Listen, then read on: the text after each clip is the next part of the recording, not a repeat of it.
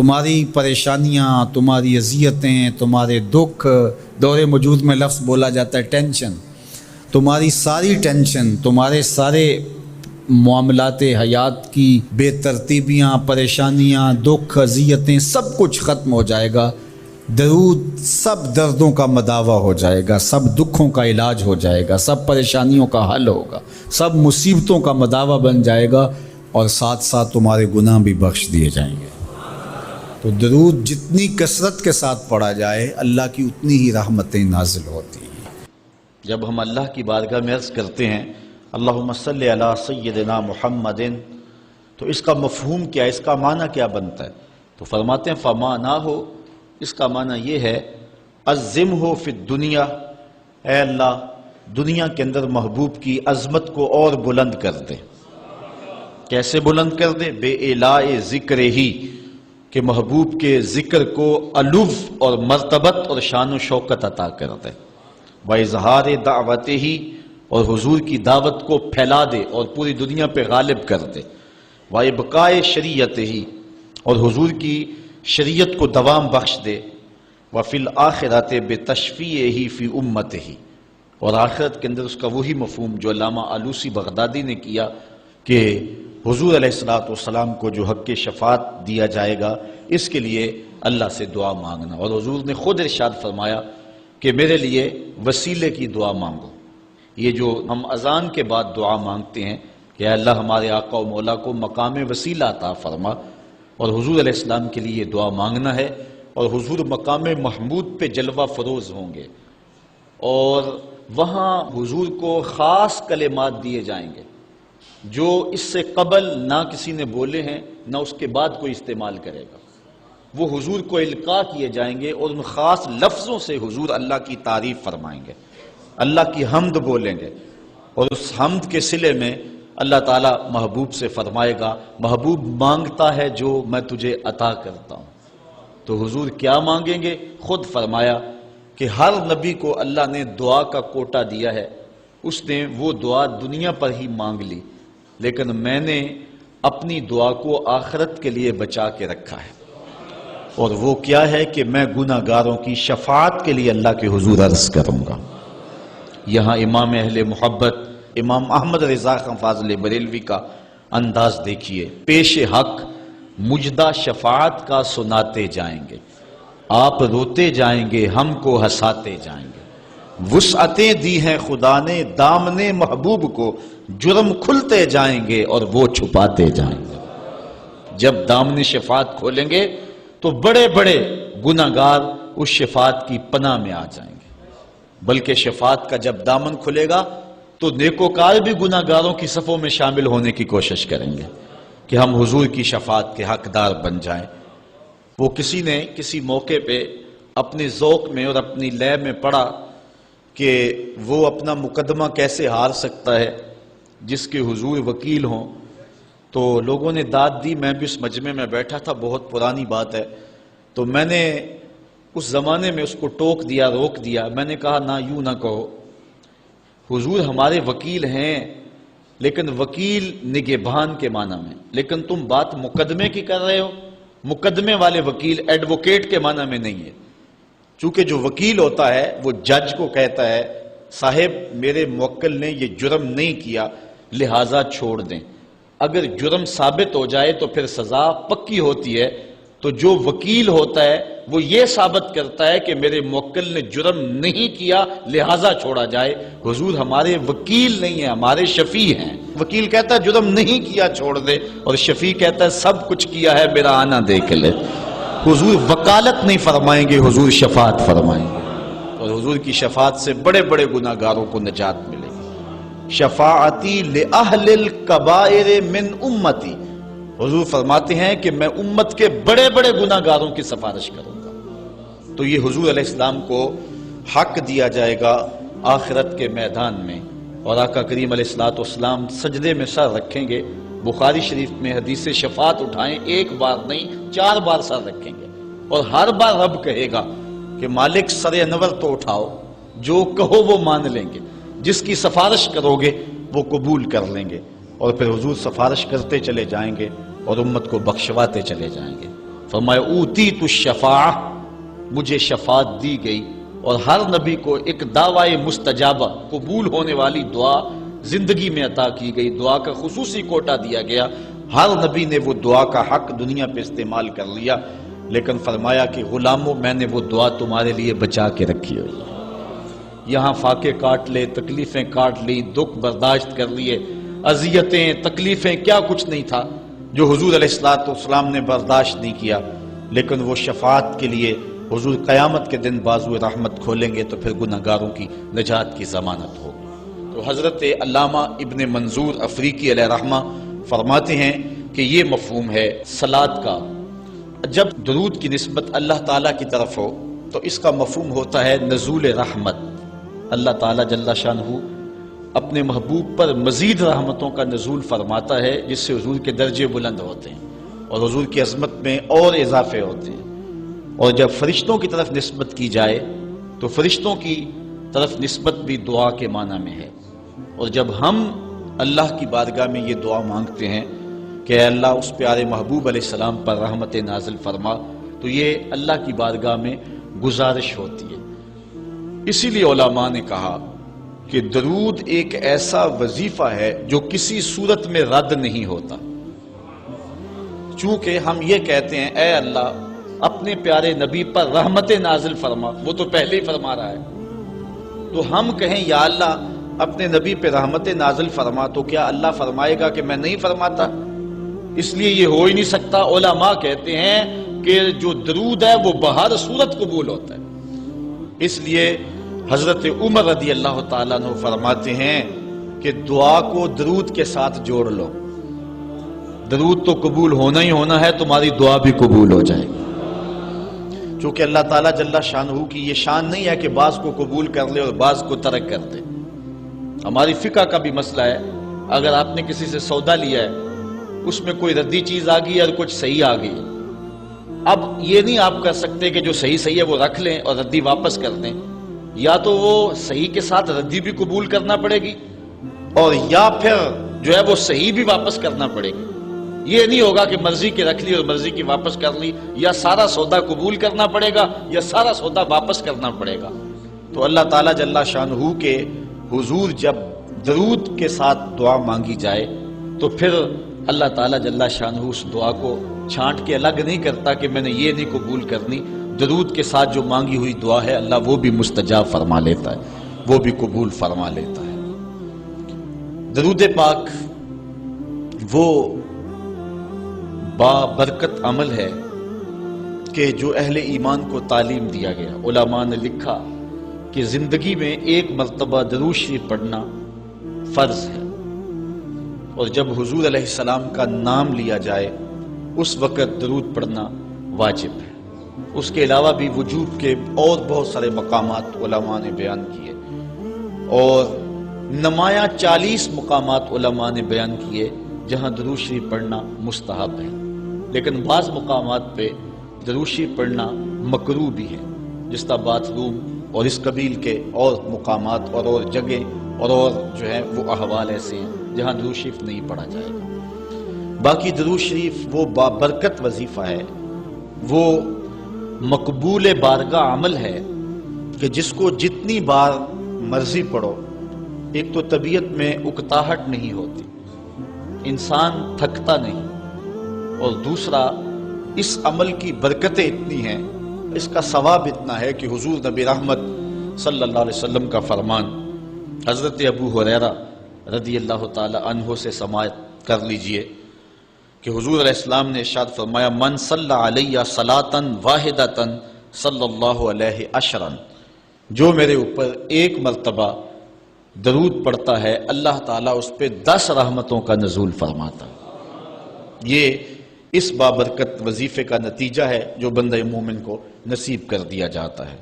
دوسری روایت حضرت انس بن مالک رضی اللہ تعالی عنہ سے مروی ہے ان النبی صلی اللہ علیہ وسلم قال من ذکرت عنده فلیصلی علی ومن صلی علی مرۃ صلی اللہ علیہ بہا عشرا، حضور نے فرمایا کہ جس شخص کے سامنے میرا ذکر کیا جائے اس کو میرے پہ درود پڑھنا چاہیے، اس لیے کہ جس نے میرے اوپر ایک مرتبہ درود پڑھا اللہ تعالیٰ اس پہ 10 رحمتیں نازل فرماتا ہے۔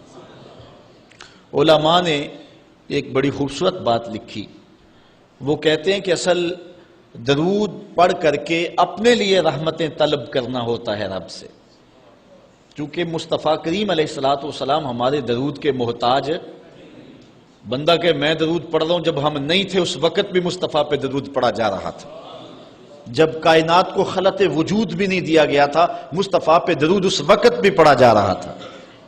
تو یہ ہم اپنی سعادت مندی حاصل کرتے ہیں۔ اس کی مثال یہ ہے کہ جو مانگنے والے ہیں وہ 2 طرح کے ہوتے ہیں۔ سورۃ الفاتحہ کی تفسیر میں نے مختصر بات آپ کے سامنے اس عنوان سے رکھی تھی۔ ایک وہ ہے کہ جو ڈائریکٹ دروازے کو دستک دے کے صاحب خانہ سے مانگتے ہیں، صاحب خانہ اپنی توفیق کے مطابق اس کو دے نہ دے اس کی مرضی۔ اور مانگنے والوں کا ایک اور طریقہ ہوتا ہے کہ وہ مانگتے نہیں، کسی شخص کے دروازے پہ کھڑے ہو کے اس کو دعائیں دینے لگتے ہیں، تیرے بچوں کی خیر، تیرے والدین کی خیر، جہاں دادے پر دادے سے شروع ہوتے ہیں اور نیچے نسل تک آتے ہیں۔ تو وہ جب دعائیں مانگ رہے ہوتے ہیں تیرے خاندان کی، تیری جد کی خیر، تو گھر والا سمجھتا ہے جو ہمیں دعائیں دے رہا ہے اصل خود خالی جھولی لے کر آیا ہے، یہ کچھ مانگنا چاہتا ہے۔ تو کوئی شخص اللہ کی بارگاہ سے مانگنا چاہے، اللہ تو اولاد سے پاک ہے، تو اس کے محبوب کی خیر مانگو، اللہ تعالیٰ ایک بار خیر مانگو گے 10 رحمتیں جھولی میں ڈال دے گا۔ تو یہ مانگنے کا ایک مہذب طریقہ ہے جو اہل ایمان مانگتے ہیں۔ اس لیے اگر سارے وظیفے چھوڑ کے صرف درود پڑھا جائے تو یہ کیسا عمل ہے؟ حضرت ابی بن کعب رضی اللہ تعالیٰ عنہ سے مروی روایت ابھی آ رہی ہے، آپ دیکھیں گے کہ یہ کتنا بابرکت وظیفہ ہے جس کی تعلیم حضور ارشاد فرما رہے ہیں۔ حضور علیہ السلام کا ایک اور فرمان سنیے جس کو امام طبرانی نے اپنی موجم میں روایت کیا ہے۔ حضور نے ارشاد فرمایا من صلی علیہ صلاۃ واحدۃ صلی اللہ علیہ عشرا، جو میرے اوپر ایک مرتبہ درود پڑھتا ہے رب تعالیٰ اس پر 10 رحمتیں نازل کرتا ہے۔ ومن صلی علیہ عشرا صلی اللہ علیہ مئۃ، اور جو میرے اوپر 10 مرتبہ درود پڑھتا ہے اللہ تعالیٰ اس پہ 100 رحمتیں نازل فرماتا ہے۔ ومن صلی علیہ مئۃ کتب اللہ بین عینیہ براۃ من النفاق وبراۃ من النار، اور جو شخص میرے اوپر 100 مرتبہ درود پڑھتا ہے اس کی 2 آنکھوں کے درمیان لکھ دیا جاتا ہے یہ بندہ منافق بھی نہیں ہے دوزخی بھی نہیں ہے، یہ نہ منافق ہے اور نہ دوزخی ہے، نفاق سے اور دوزخ سے بری لکھ دیا جاتا ہے۔ وَأَسْكَنَهُ اللَّهُ يَوْمَ الْقِيَامَةِ مَعَ الشُّهَدَاءِ، اور اللہ تعالیٰ جل شانہ قیامت کے دن جس مرتبے پر شہداء کو ٹھہرائے گا اسی مقام پہ درود پڑھنے والوں کو ٹھہرائے گا۔ یہ ثواب ہے اس شخص کے لیے کہ جو حضور پر کثرت کے ساتھ درود پڑھتا ہے۔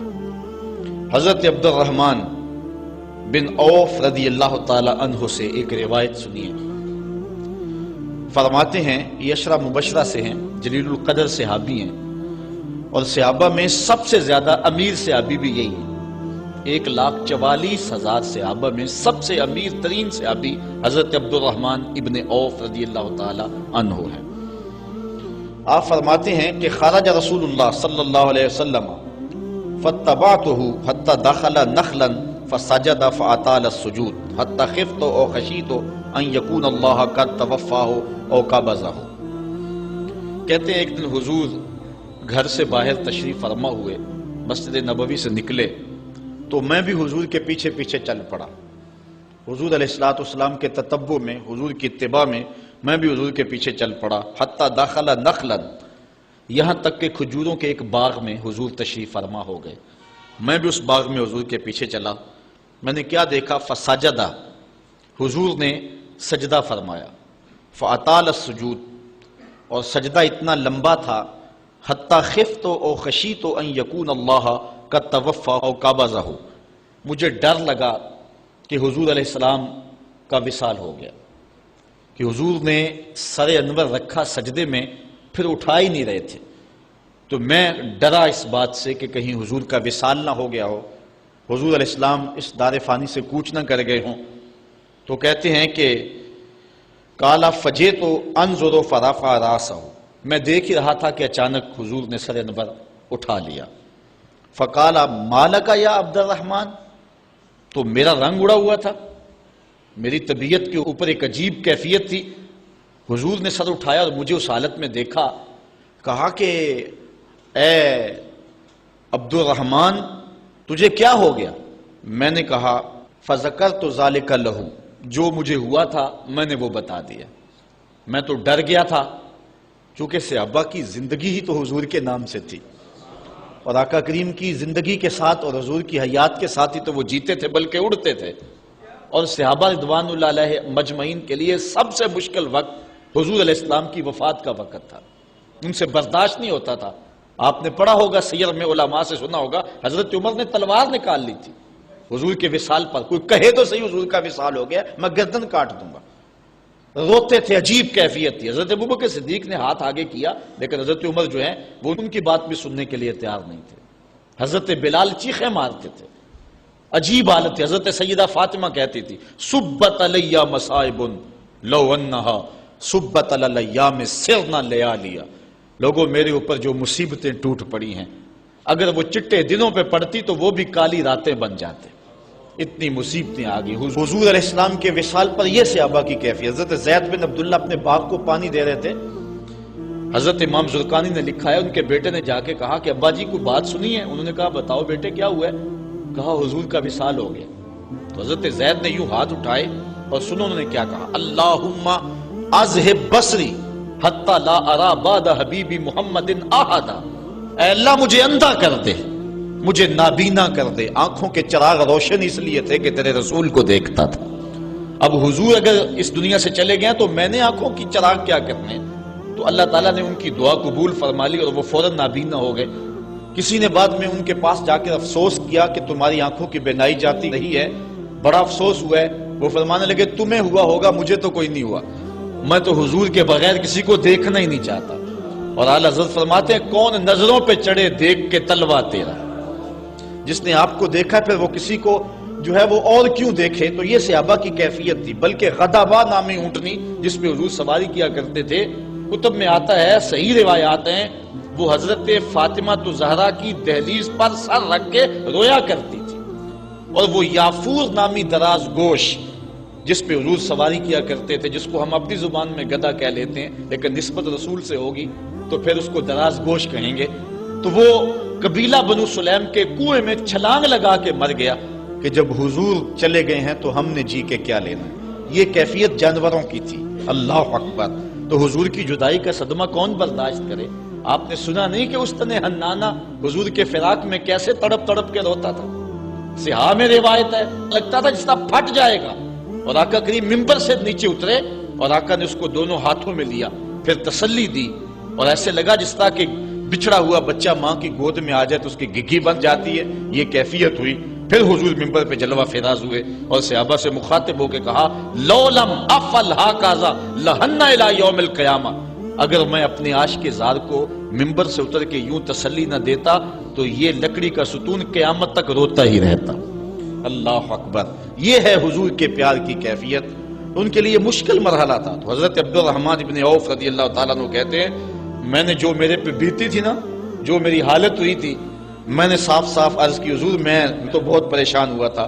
تو حضور نے فرمایا فقالا ان جبرائیل علیہ السلام قال لی، سنو کہ جبریل امین میرے پاس آئے اور انہوں نے مجھے آ کے کہا الا ابشرک ان اللہ عز وجل یقول، کہ حضور میں آپ کو بشارت نہ دوں کہ رب کیا کہتا ہے؟ وہ یہ کہتا ہے من صلی علیک صلیت علیہ ومن سلم علیک سلمت علیہ۔ ذرا دیکھیے لفظ، حضور فرماتے ہیں میں کیوں سجدے میں گیا تھا؟ سنو اے عبد الرحمن ابن عوف، واقعہ کیا ہوا، میں اتنا لمبا سجدہ کیوں کیا؟ کہا میرے پاس جبریل آئے اور جبریل نے مجھے رب کا سندیسہ دیا، پیغام دیا کہ محبوب آپ کا رب کہتا ہے کہ آپ کا جو امتی آپ پہ درود پڑے گا میں رب ہو کے اس پہ درود پڑھوں گا، اور جو آپ کا امتی آپ کو سلام کہے گا میں رب ہو کے اس کو سلام کروں گا۔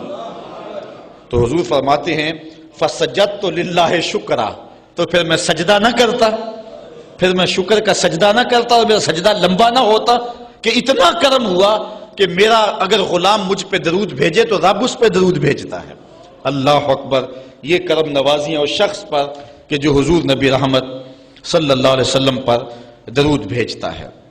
آئیے حضرت عبداللہ ابن مسعود رضی اللہ تعالی عنہ سے ایک روایت سنتے ہیں۔ کہتے ہیں کہ ان للہ ملائکۃ سیاحین یبلغون عن امتی السلام، اللہ کے کچھ فرشتے ہیں جن کی ڈیوٹی یہ ہے وہ دھرتی پر گھومتے ہیں، پوری دنیا پہ چکر لگاتے ہیں، اور کرتے کیا ہیں؟ جہاں جہاں بھی کوئی شخص میرے اوپر سلام بھیجے تو وہ اس امتی کا سلام میرے تک پہنچاتے ہیں کہ حضور آپ کے فلاں امتی نے آپ تک جو ہے وہ سلام بھیجا ہے۔ اور دوسری روایت حضرت حسن رضی اللہ تعالیٰ عنہ اپنے باپ حضرت علی المرتضیٰ سے روایت کرتے ہیں کہ حضور علیہ السلام نے ارشاد فرمایا حیث ما کنتم فصلوا علیہ فإن صلاتکم تبلغنی، فرمایا علی جہاں بھی رہو میرے اوپر سلام پڑھا کرو، تمہارا سلام مجھے پہنچتا ہے، جہاں بھی رہو میرے اوپر سلام پڑھنے کو عمل کو نہ چھوڑنا۔ قیامت کے دن حضور علیہ السلام کی سب سے زیادہ قربت کس شخص کو نصیب ہوگی؟ تو وہ روایت ہے حضرت عبداللہ ابن مسعود رضی اللہ تعالی عنہ سے کہ حضور نے فرمایا ان اول الناس بی یوم القیامہ اکثرہم علی صلاۃ، قیامت کے دن میرا سب سے زیادہ قریبی شخص وہ ہوگا کہ جو میرے اوپر کثرت کے ساتھ درود پڑھا کرتا ہے۔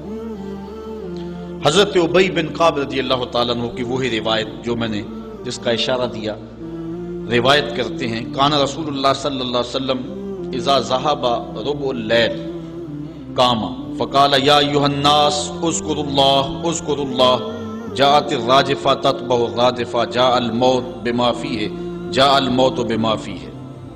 کہتے ہیں کہ حضور علیہ الصلوۃ والسلام جب رات کا چوتھائی حصہ باقی رہ گیا تو آقا کریم علیہ السلام نے لوگوں کو بیدار کیا، لوگوں کو جگایا کہ اٹھو اللہ کا ذکر کرو، قیامت آنے والی ہے، موت آنے والی ہے۔ حضور نے صحابہ کو بیدار کیا۔ قال ابی بن کعب رضی اللہ تعالیٰ عنہ، حضرت ابی بن کعب رضی اللہ تعالیٰ عنہ فرماتے ہیں یہ جلیل القدر سے صحابی اور حضور علیہ الصلوۃ والسلام ان سے قرآن سنا کرتے تھے، بلکہ ایک دن حضور گزر رہے تھے، حضرت ابی بن کعب رضی اللہ تعالیٰ عنہ تلاوت کر رہے تھے، حضور رک کے سننے لگے۔ اگلے دن ملاقات ہوئی تو فرمایا ابی میں گزر رہا تھا، تو تلاوت کر رہا تھا اور میں سنتا رہا۔ تو حضرت ابی نے کہا حضور اگر مجھے پتا چل جاتا نا کہ آپ سن رہے ہیں تو میں اور سوار کے پڑھتا۔ محدثین شارحین لکھتے ہیں کسی کے دکھلاوے کے لیے قرآن سوار کے پڑھنا ریاکاری ہے، لیکن اگر حضور کے دکھلاوے کے لیے پڑھا جائے یہ ریاکاری نہیں ہے، یہ عین دین ہے۔ تو حضرت ابی بن کعب رضی اللہ تعالی عنہ کہتے ہیں کہ میں نے حضور کی خدمت میں عرض کی فقلت، تو میں نے عرض کی یا رسول اللہ صلی اللہ علیہ وسلم میں آپ پر بہت زیادہ درود شریف پڑھتا ہوں، فکم اجعل لک من صلاتی، تو مجھے بتا دیں کہ میں آپ پہ کتنا وقت درود پڑھا کروں۔ قال ما شئت، کہا جتنا تو پڑھ سکتا ہے، جتنا تیرے پاس وقت ہے، جتنی تیری مرضی ہے، میں کوئی مقرر نہیں کرتا۔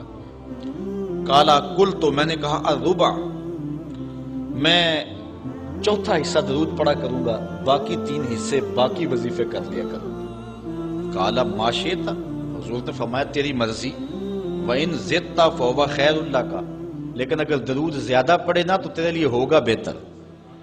ویسے تو اگر چوتھا حصہ پڑھے باقی 3 حصے باقی وظیفے پڑھ لے، لیکن اگر ایسا کرے تو تیرے لیے بہتر ہوگا، زیادہ اگر پڑھ لے۔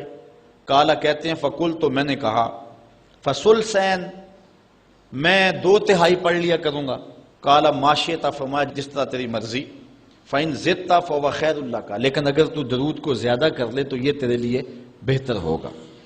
قلت النصف، میں نے عرض کی حضور میں آدھا وقت درود پڑھ لیا کروں گا، باقی آدھا وقت دیگر وظائف پڑھ لیا کروں گا۔ قلت، جب میں نے یہ بات کہی تو حضور نے فرمایا ما شئت، جو تیری مرضی، جو تیرے دل میں آئے۔ وَإِن زِدْتَ فَهُوَ خَيْرٌ لَكَ، لیکن اگر تو درود کو اور زیادہ کر دے تو تیرے لیے ہے بہتر۔ کہتے ہیں کہ میں نے عرض کی اجعل لک صلاتی کلھا، حضور پھر میں سارا وقت درود ہی پڑھ لیا کروں گا، میں سارا وقت درود ہی پڑھ لیا کروں گا۔ تو آقا کریم نے فرمایا پھر تجھے دنیا کی تکلیفیں بھی نہیں پہنچیں گی اور آخرت میں بھی تجھے نجات مل جائے گی، کیونکہ انسان وظیفہ 2 مقاصد کے لیے کرتا ہے، میری دنیا کے معاملات ٹھیک ہو جائیں، کچھ وظائف اس لیے پڑھتا ہے، یا پھر میری آخرت ٹھیک ہو جائے اس لیے وظائف پڑھتا ہے۔ دو ہی غرضیں ہوتی ہیں وظائف پڑھنے سے، لیکن حضور نے فرمایا اگر تو سارا وقت درود پڑھتا رہے تو پھر تیری دنیا بھی ٹھیک ہو جائے گی، تیری آخرت بھی ٹھیک ہو جائے گی، تیرے سارے معاملے ٹھیک ہو جائیں گے۔ اللہ اکبر۔ اور حضور علیہ السلام کا یہ ایک اور فرمان سنیے جس کو حضرت انس رضی اللہ تعالیٰ عنہ روایت کرتے ہیں۔ حضور علیہ السلام نے ارشاد فرمایا من صلی علیہ فی یوم الف مرہ لم یمت حتی یرا مقعدہ من الجنہ، جو ایک دن میں 1000 مرتبہ میرے اوپر درود پڑے وہ اتنی دیر تک مرے گا نہیں جب تک جنت میں اپنا ٹھکانہ نہیں دیکھ لیتا۔ یہ اللہ تعالیٰ اس کو خاص نور نصیب فرمائے گا۔ اور آئیے سنیے حضور علیہ السلام کیا ارشاد فرما رہے ہیں۔ حضرت ابو درداء رضی اللہ تعالی عنہ سے روایت ہے، امام ابن ماجہ نے اپنی سند سے اس کو روایت کیا ہے۔ قال قال رسول اللہ صلی اللہ علیہ وسلم اکثروا علی من الصلاۃ کل یوم الجمعہ فانہ مشہود تشہدہ الملائکہ۔ حضور نے فرمایا کہ ہر جمعے کے دن میرے اوپر کثرت کے ساتھ درود پڑھا کرو، چونکہ یہ یوم مشہود ہے، اس دن فرشتے حاضر ہوتے ہیں، تو جمعے کے دن کثرت کے ساتھ باقی دنوں کی نسبت میرے اوپر درود پڑھا کرو۔ تو وَإِنَّ أَحَدًا لَن يُصَلِّيَ عَلَيَّ إِلَّا أُرِدَتْ عَلَيَّ صَلَاتُهُ حَتَّى يَفْرُغَ مِنْهَا، اس لیے کہ تم میں سے جو کوئی میرے اوپر درود پڑھتا ہے جب تک فارغ نہیں ہو جاتا اس کا درود جو ہے وہ میرے اوپر پہنچا دیا جاتا ہے۔ کالا، تو حضرت ابو درداء کہتے ہیں قل، تو میں نے کہا وبعد الموت، حضور جب آپ اس دنیا سے چلے جائیں تو کیا اس کے بعد بھی یہ وظیفہ اور یہ عمل جاری رکھیں؟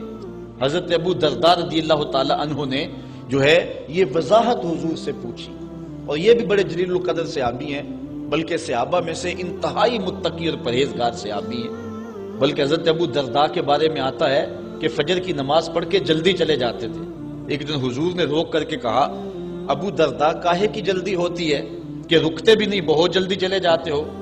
عرض کی حضور میرے ہمسایوں کے گھر میں کھجور کا ایک لمبا درخت ہے، اور آج کل مدینے میں کھجوروں کے پکنے کا موسم ہے، اور سحری کے وقت ٹھنڈی ہوائیں مدینے کو سلامی دینے آتی ہیں، اور میں اس لیے جلدی جلدی چلا جاتا ہوں کہ وہ جو کھجوریں جھڑ کے میرے ویڑے میں گر جاتی ہیں بچوں کے اٹھنے سے قبل ہمسائے کے گھر میں پھینک دوں، کہیں میرا بچہ کوئی نہ کھا لے۔ اور ہماری سڑک سے گنے کی ٹرالی گزر کے تو دیکھیں، یہ دیکھیے حضور علیہ السلام کے صحابی کا عمل اور ان کی زندگی کے معمولات۔ یہ ہے حضرت ابو درداء رضی اللہ تعالیٰ عنہ، کہتے ہیں میں نے حضور سے کہا حضور جب آپ اس دنیا سے چلے جائیں گے تو کیا پھر بھی درود آپ کو بھیجیں اور پھر بھی آپ پر پہنچتا رہے گا؟ تو سنو حضور نے کیا کہا۔ حضور نے فرمایا ان اللہ حرم علی الارض ان تاکل اجساد الانبیاء علیہم الصلاۃ والسلام، اللہ تعالیٰ نے مٹی پر حرام کر دیا ہے کہ وہ نبیوں کے جسموں کو کھائے۔ نبی قبروں میں زندہ ہوتے ہیں اور ان کو رزق بھی دیا جاتا۔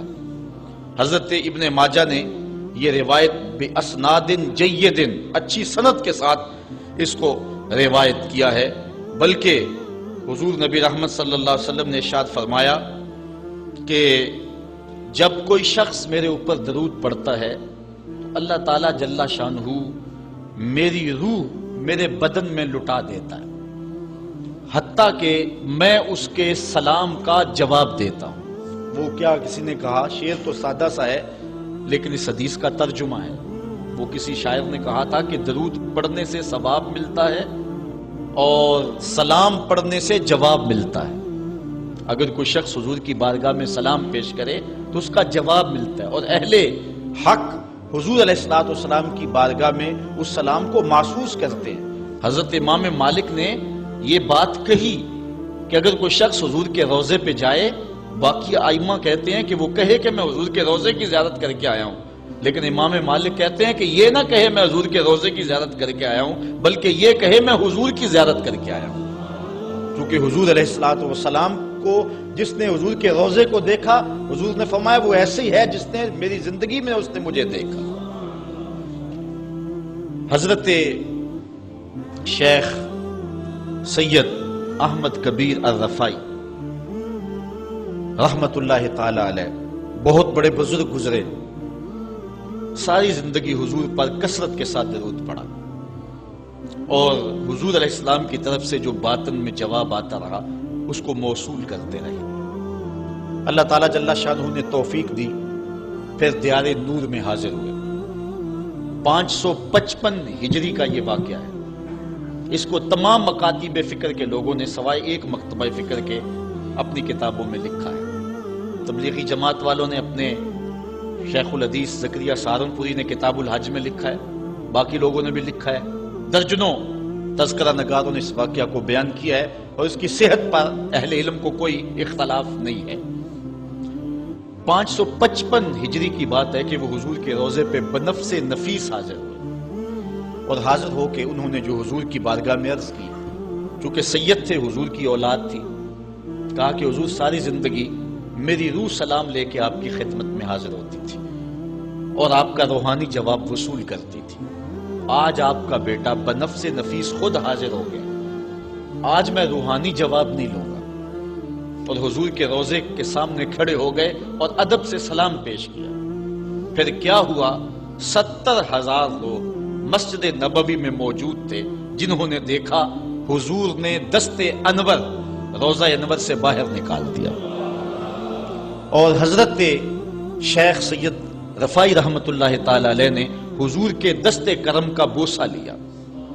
حضرت غوث اعظم شیخ عبد القادر جیلانی علیہ رحمہ فرماتے ہیں اتفاق سے اس دن میں بھی موجود تھا، اور کہتے ہیں کہ حضرت امام رفائی کے صدقے سے حضور کے دست اقدس کی زیارت میں نے بھی کر لی۔ اللہ اکبر! یہ حضور علیہ السلام کا شفقت فرمانا ہے ان لوگوں پر جو حضور علیہ السلام پر کثرت کے ساتھ درود پڑھتے ہیں۔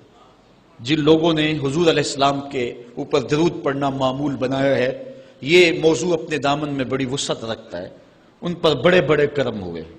آج کا جو عنوان ہے صلو علیہ وآلہ، یہ شیخ سعدی کی مارکۃ الآراء ایک ربائی کا آخری مصرع ہے، اور متواتر صدری روایات کے مطابق حضرت شیخ سعدی شیرازی، کیونکہ بہت بڑے شاعر تھے اور قادر الکلام شاعر تھے، آج صدیاں گزرنے کے بعد بھی آپ کی گلستہ اور بوستہ اور کریمہ آج بھی اسی طرح مقبول ہے جس طرح صدیوں قبل تھی۔ ورنہ کسی زمانے میں فردوسی کا شاہ نامہ پڑھا جاتا تھا، لیکن آج دنیا کو اور نئی نسل کو فردوسی کے شاہ نامے کا پتہ بھی نہیں ہے۔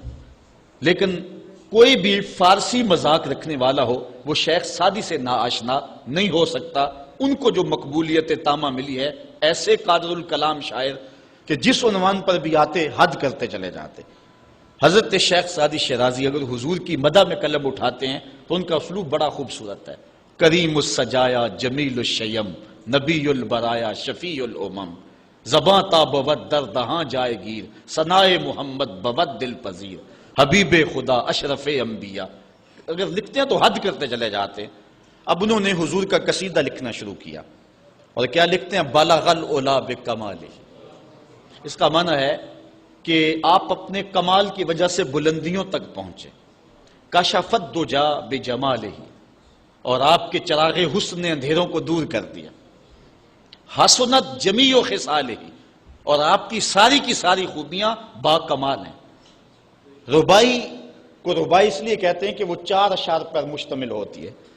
اب 3 اشعار کے اندر بھی جو ہے وہ مضمون تھا وہ مکمل ہو گیا، اور انسان جب مضمون کو مکمل کر لے تو اس وقت پھر نیا جملہ لانا اس کے لیے مسئلہ بن جاتا ہے کہ آگے لکھے تو کیا لکھے، مضمون تو مکمل ہو گیا۔ اب یہاں کیا تھا؟ بلغ العلا بکمالہ کشف الدجا بجمالہ حسنت جمیع۔ اگر اس کا معنی ذہن میں ملحوظ رکھیں تو آگے جو چوتھا جملہ ہے اس پہ آپ کو لطف آئے گا۔ بلغ العلا بکمالہ، وہ اپنے کمال سے، اپنی طاقت پرواز سے، اپنی قوتوں سے، اللہ کی دی ہوئی عطا سے وہاں تک پہنچے جہاں تصور بھی نہیں پہنچ سکتا۔ کشف الدجا بجمالہ، ان کے جمال نے کائنات میں اجالے پھیلا دیے، روشنیاں کر دی، اندھیرے چھٹ گئے۔ پھر آخر میں حسنت جمیع خصالہ، کیا بتائیں ان کی ہر خوبی، ہر خو و خصلت ہی اچھی ہے۔ اب بات تو مکمل ہو گئی، لیکن ربائی چاہتے تھے شیخ سعدی پریشان ہے، اسی پریشانی میں نیند آ گئی، سوئے تو حضور کا دیدار ہوا۔ فرمایا سعدی آگے کہتے کیوں نہیں ہو، صلو علیہ وآلہ، صلو علیہ وآلہ، اور بنتا ہی یہ ہے۔ میں اصل خود بھی شاعری سے تعلق رکھتا ہوں، کسی زمانے میں کچھ لکھا بھی ہے، لیکن یہاں تھوڑا سا میں آپ کو اپنے ساتھ اس لیے سفر کروا رہا ہوں کہ آپ اقبال کے دیس کے باسی ہیں، اس لیے آپ سے ایسی باتیں میں کر لیتا ہوں، ورنہ بعض کا یہ ایسی باتیں نہیں چھڑتی، یہ مشکل ہوتی ہیں، لیکن آپ لوگوں کے خمیر اور مزاج کے اندر جو ہے یہ لذت اور یہ چاشنی موجود ہے۔ اب ذرا توجہ کیجئے، بلغ العلا بکمالہ، وہ بلندیوں پر پہنچ گئے، کشفت الدجی بجمالہ، اپنے جمال سے اندھیرے چھٹا دیے، دور کر دیے، حسنت جمیع خصالہ، کیا بتائیں ان کی ہر خوبی ہی با کمال ہے۔ تو جب ہر خوبی با کمال ہے تو پھر جی نہیں چاہتا کہ پڑھو صلو علیہ وآلہ، یعنی پھر دل اچھلتا ہے، روح پکارتی ہے، جو اتنی خوبیوں کا منبع و مصدر ہے، اتنے کمالات کا جامع ہے، جس کے دم سے اندھیرے چھٹ گئے، جس کے دم سے کائنات میں اجالے پھیل گئے، تو پھر کیوں جی نہیں چاہتا کہ اس نبی پر درود پڑھا جائے؟ صلو علیہ وآلہ، آؤ اس نبی پہ درود پڑھو، اس نبی پہ سلام پڑھو، اس نبی پہ بھی درود پڑھو، اس کی آل پہ بھی درود پڑھو۔ بلغ العلا بکمالہ، کشفت الدجی بجمالہ، حسنت جمیع خصالہ، صلو علیہ وآلہ۔ میں درود شریف کے عنوان سے اپنی گفتگو کو ختم کروں اور امام بوصیری کا ذکر نہ کروں تو یہ ناانصافی ہوگی۔ حضرت امام بوصیری فالج زدہ ہیں، ساری زندگی بادشاہوں کے قصیدے لکھے ہیں، ساری زندگی بادشاہوں کی کہانیاں بیان کی ہیں، ان سے اعزازات پائے ہیں، تکریمات پائی ہیں، لیکن عمر کا آخری حصہ آیا، جسم فالج زدہ ہو گیا، سارے چھوڑ گئے۔ تنہائی، بیماری اور غربت، یہ تین چیزیں اگر اکٹھی ہو جائیں تو ان کو کاٹنا بڑی قیامت ہوتی ہے۔ تنہائی، غربت اور بیماری، یہ تینوں اکٹھی آ گئی حضرت امام بوصیری پہ۔ صحت مند کے سارے گاہک ہوتے ہیں، بیمار پڑ گئے تو کوئی پوچھتا ہی نہیں ہے۔ ایک دن خیال آیا، ساری زندگی شہنشاہوں کے قصیدے لکھے، آج اس کا قصیدہ نہ لکھوں جو کائنات کا دولہ ہے۔ اللہ اکبر، قلم پکڑا، پھر حضور کا قصیدہ لکھا۔ یہ قصیدہ بردہ شریف مکمل کیا، رات ہوئی، حضرت امام بوصیری سوئے، آقا کریم علیہ السلام تشریف لائے، اور یہ بات ذہن میں رکھیں، حضور نے ارشاد فرمایا، من رآنی فی المنام فقد رآنی فإن الشیطان لا یتمثل بی۔ یہ ابن ماجہ میں 6 طرق سے روایت مروی ہے، ویسے بخاری دیگر کتابوں میں بھی ہے، لیکن ابن ماجہ حجم کے اعتبار سے چھوٹی کتاب ہے، اس میں بھی 6 مرتبہ یہ روایت ہے، باقیوں میں تو بہت مرتبہ یہ روایت آئی ہے۔ ابن ماجہ میں 6 طرق سے یہ روایت ہے، حضور نے فرمایا جس نے مجھے خواب میں دیکھا اس نے مجھے ہی دیکھا، شیطان خواب میں آ کر بھی میری مثل ہونے کا دعویٰ نہیں کر سکتا۔ اچھا، دوسری بات، جس نے حضور کو دیکھا اس نے حضور کو دیکھا، اور جس نے حضور کو دیکھا حضور اس کے خواب میں قصد، ارادے اور مرضی سے آئے۔ میں کسی کے خواب میں جاؤں، آپ کسی کے خواب میں آئیں، نہ آپ کو پتا ہوتا ہے نہ مجھے پتا ہوتا، مجلس سجی ہے، میں گفتگو کر رہا ہوں، اٹھ کے آپ چلے جائیں گے، جا کے سو جائیں، میں خواب میں دوبارہ گفتگو کرتا ہوا پایا جاؤں، مجھے آپ اٹھ کے فون کرے جناب آج خواب میں آئے تھے، تو مجھے تو نہیں پتا ہوگا، یا آپ کو میں دیکھ لوں دوبارہ تو آپ کو علم نہیں ہوگا، لیکن حضور جس کے خواب میں جائیں قصد، ارادے اور مرضی سے جاتے ہیں۔ تیسری بات، خواب میں کسی کو کچھ کوئی دے تو وہ محض خواب ہوتا ہے۔ لاٹری نکل آئی، کروڑ پتی بن گیا، صبح اٹھیں گے تو کروڑ پتی ہوں گے یا کنگال ہوں گے؟ وہ کیا کسی نے کہا تھا 100 بار میرے ہاتھوں میں تیرا دامن آیا، جب آنکھ کھلی تو اپنا ہی گرے باندھا۔ کچھ نہیں ہوتا، خواب خواب ہوتا ہے، لیکن حضور کو اگر کوئی خواب میں دیکھے اور حضور کچھ عنایت کریں تو وہ محض خواب نہیں ہوتا۔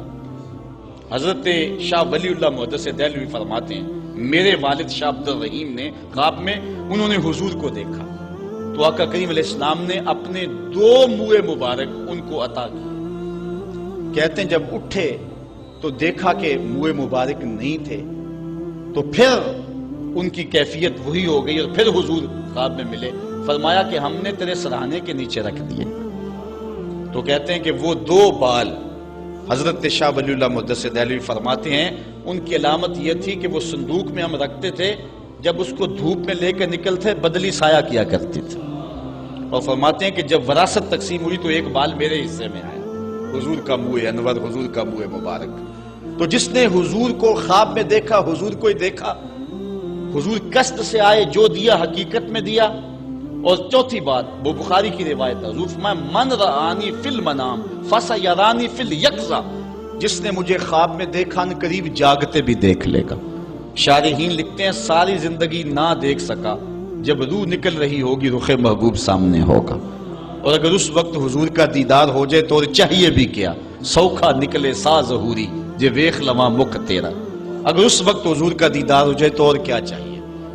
تو حضرت امام بوصیری کہتے ہیں کہ میں سویا مقدر جاگا، حضور تشریف لائے۔ فرمایا بوصیری جو قصیدہ لکھا ہے وہ سناؤ تو صحیح۔ تو انہوں نے وہ مشہور قصیدہ مولا یصلی وسلم دائماً آبادا، وہ قصیدہ حضور کی خدمت میں پیش کیا۔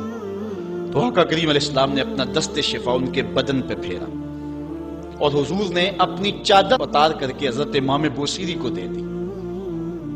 بردہ عربی میں کہتے ہیں جو ہے وہ چادر کو، اسی لیے اس قصیدے کو قصیدہ بردہ کہتے ہیں، وہ قصیدہ جس کی جزا میں چادر عنایت ہوئی تھی۔ حضرت امام بوصیری جب اٹھے تو بالکل ٹھیک تھے، چادر اوڑی اور مسجد میں نماز پڑھنے کے لیے جا رہے ہیں۔ راستے میں ایک درویش کھڑا تھا، کہا بوصیری رات والا قصیدہ تو سناؤ جو تم نے لکھا ہے۔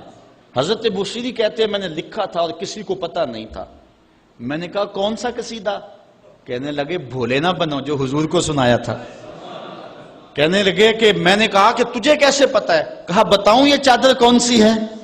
اللہ اکبر۔ تو امام بوصیری رحمت اللہ تعالی علیہ نے حضور علیہ السلام پر یہ درود لکھا مولا یصلی وسلم دائماً ابدا، اور یہ جزا پائی۔ حضرت